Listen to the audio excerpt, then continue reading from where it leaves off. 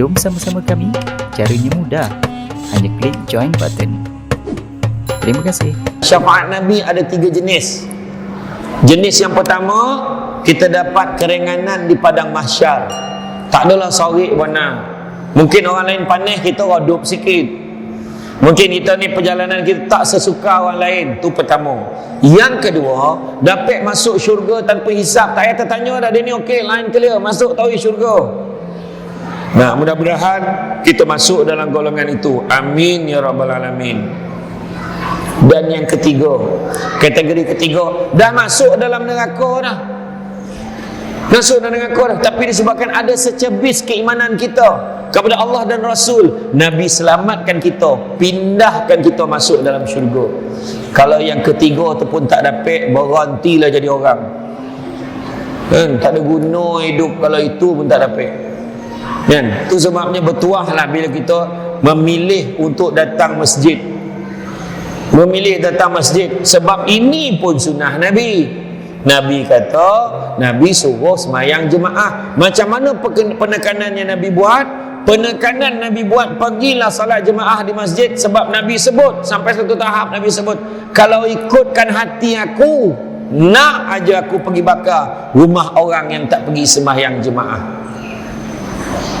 Cuma Nabi tak buat. Kalau Nabi buat, takut jadi sunnah.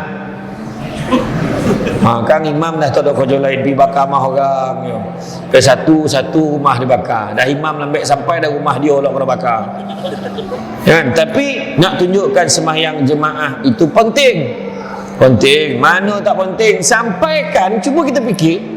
Bayangkan tak ada kono-mengono dengan orang kafir ni Yahudi boleh letakkan KPI Yahudi, dia boleh cakap, kita tak takut dengan ancaman orang Islam ni. Tak ada hal.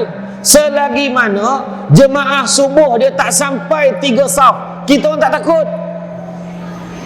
Dia pun letak KPI subuh, kita apa kena mengenal dengan kau. Nak menunjukkan apa?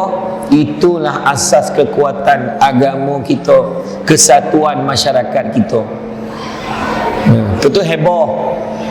Sekarang ni susah lah ekonomi, paning, duit tak ada. Selalu ngadu macam tu. Susah lah sekarang, barang mahal. Nabi dah pesan. Nabi kata apa? Kalau kamu nak murah rezeki, jangan tinggal solat sunat 2 rakaat sebelum subuh. Orang yang pergi jemaah subuh, kem masjid ada harapan. Orang yang subuh dinosaur tak ada harapan. Bukan subuh gajah lah. Subuh gajah terlambat sikitnya. Subuh dinosaur tu 5 minit sebelum zuhur. Tapa ganjat imam siapa pula kunut tengah hari ni kan. Ya, tu sebab datang masjid, datang surau jemaah. InsyaAllah kita akan solat sunat 2 rakaat dulu. Jangan risau. Kalau kita datang awal lah. Itu penting. Betul heboh. Macam mana kau ajar lah, macam mana bagilah tips macam mana nak jadi kaya. Nabi khabar banyak kali, kau tak nak dengar. Nabi bukan tak beritahu dah. Nak murah rezeki macam mana? Formula paling senang, nak senang, apa dia? Formula dia sistem kewangan Islam, iaitu ZAKAT, zakat. Kita, alhamdulillah, aku zakat settle lah. Tu zakat petarah namanya. Sorry, zakat fitrah. Zakat pendapatan kena ada bayar. Kita income kita, gaji kita bulan-bulan, pergi ke pusat zakat tu bang tolong kira bang, niah slip saya pendapatan saya bulan-bulan, suruh dia kira, bini abang berapa, 3 baru, 3 anak, mengambil anak setiap seorang tu 5, 6, 7 berapa, tak kau kira lah dek berapa, dia pun tak ingat. Kira yang mana sekolah lagi, kira tak tolak. Okey bang, kalau ikutkan sini, abang punya pendapatan dengan ni, abang cuma kena bayar lebih kurang RM450. Tak apalah dek, kau ganapkan 1000. Mak yo kan, yo lebih tu saya sedekah. Tengoklah lapang rezeki kita, jangan risau. Lo tu jangan kira benar tu, sebab bila bayar ke amil tu muka toyo kan, bayar dekat Selangor berapa, RM7 RM7 setengah, RM7 RM7 dek. Ya ke?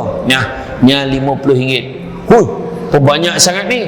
balance pulang balik. Sebaru nak semangat Amel tu tadi kan.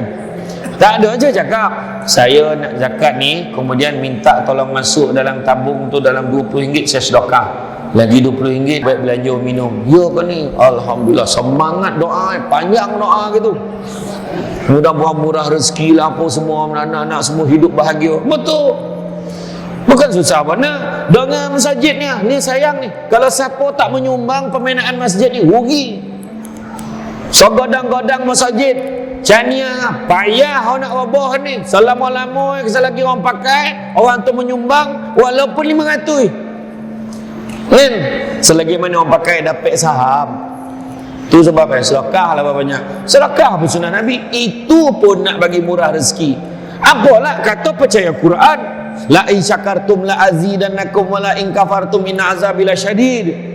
Kalau kita syukur, cara syukur salah satu cara sedekah. Dengar orang nak baik rumah nak yatim, sedekah. Dengar orang nak baik madrasah, bagi. Ini tanya kemen banyak tanya, tengah cucuk duit, nampak budak tu pegang tabung. Nak bina pun sekolah pondok ni. Kau berapa orang datang ni? Ada surat tak? Betul ke saya ni? Ni siapa ni? Cikgu ke mana? Ni nipu ke apa? Tanya dekat setengah jam soal siasat. Yalah. Assalamualaikum. Satu sen pun tak dibagi. Tanya ke banyak. Bagilah. Nah dek, ni ambil RM20, RM10 masuk tabung. Yang ni lagi RM10 kau pergi makan minum. Dah tak raman orang mana? Macam tu kan. Suruh dia sedekah. Double dapat itu. Kok dia menipu tu biar dia dengan Allah Ta'ala. Tapi kita bagi, Allah kira orang. Tanya banyak, betul. Ni duit masjid ni tanpa benda, duit banyak dia. Ada pengumuman pula, kutipan daripada solat Jumaat pada minggu ini adalah sebanyak RM15,000. Contoh.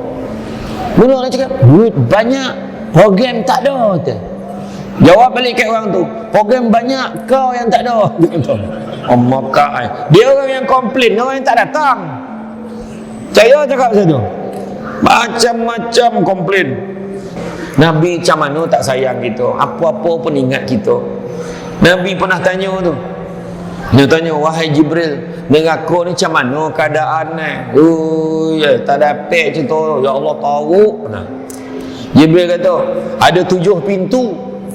Pintu pertama adalah nama neraka Saqar, neraka Hawiyun. Disebutlah. Neraka ni pintu pertama untuk orang kafir, pintu kedua untuk orang yang menyembah api, pintu ketiga untuk orang munafik, ada di situ. Untuk syaitan dan iblis, pintu ke-6 untuk orang kafir disebut. Sampai pintu ke-6 senyap dah, Jibril tak jawab ni dah. Nabi pun tanyalah, pintu ke-7 kau ceritalah pintu ke-7 macam mana lah. Tak apalah dah, kau tak payahlah tahu. Kau cakaplah pintu ke-7 tu untuk siapa? Maka jawab Jibril, sesungguhnya pintu yang ke-7 itu adalah untuk umatmu yang berdosa besar kepada Allah Subhanahu Wa Taala. Menangis Nabi sampai pengsan. Jibril pun menangis. Tengok Nabi kita menangis. Maka Jibril letakkan kepala Nabi Muhammad atas pangku yang pengsan tadi. Menangis, bayanglah menangis sampai pengsan.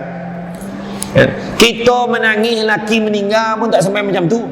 Jadi bayangkanlah, kita menangis pun tak sampai macam tu lah kan. Kalau ada saudara meninggal ke apa, taklah sampai macam tu. Nabi memikirkan umat yang menangis sampai pengsan.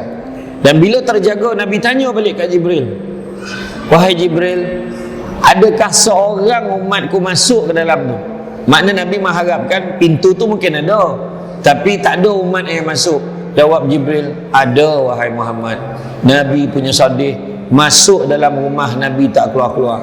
Nabi keluar hanya salat, Nabi masuk balik rumah. Tak ada berburak dengan orang. Nabi sedih pun dalam sembahyang pun Nabi menangis, memikirkan nasib umat dia. Sampaikan Nabi, ketika Nabi nak wafat sekalipun, nak wafat dah, dalam lemah tu Nabi tanya ke Jibril, wahai Jibril, tak ada ke apa-apa berita gembira yang boleh kau hiburkan hati aku ni? Kau cakaplah. Kau cakaplah wahai Jibril. Ada wahai Muhammad. Kau dah tentu dah dijamin syurga oleh Allah. Kau tahu bukan itu yang aku nak dengar. Tolonglah kau cakap kat aku. Akhirnya Jibril kata, jangan kau risau. Allah Ta'ala dah tentukan, dah jamin dah syurga tu, diharamkan syurga tu untuk orang lain, melainkan setelah umatmu masuk dalam tu baru orang lain boleh masuk. Barulah Nabi senyum sikit, fikir umatnya. Waktu ditarik nyawa Nabi, ya Allah sakit, Nabi kata, ya Allah sakitnya. Nabi sakit bukan fikir diri dia. Nabi kata, macam mana umat aku nak tanggung sakit macam ni gitu. Fikir lagi tu, dah hujung nyawa tu, boleh Jom fikir sama-sama lagi kami pasal cari umat dia. mudah. Hanya klik Macam ni join boleh button. sakit macam mana umat aku nak Terima kasih. tanggung sakit macam ni.